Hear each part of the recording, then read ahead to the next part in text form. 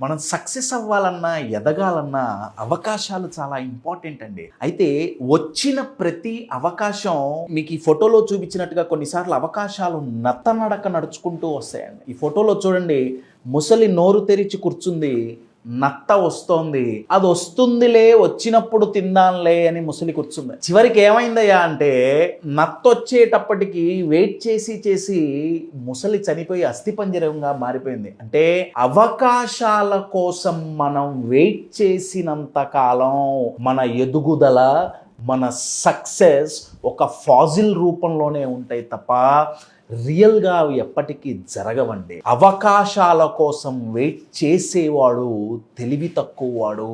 కానీ తెలివైన వాడు ఏం చేస్తాడంటే, కొంచెం అవకాశం కనిపించినా సరే ఎదురు చూడకుండా ఎదురెళ్ళి పరిగెత్తి ఆ అవకాశాన్ని అందుకుంటాడు.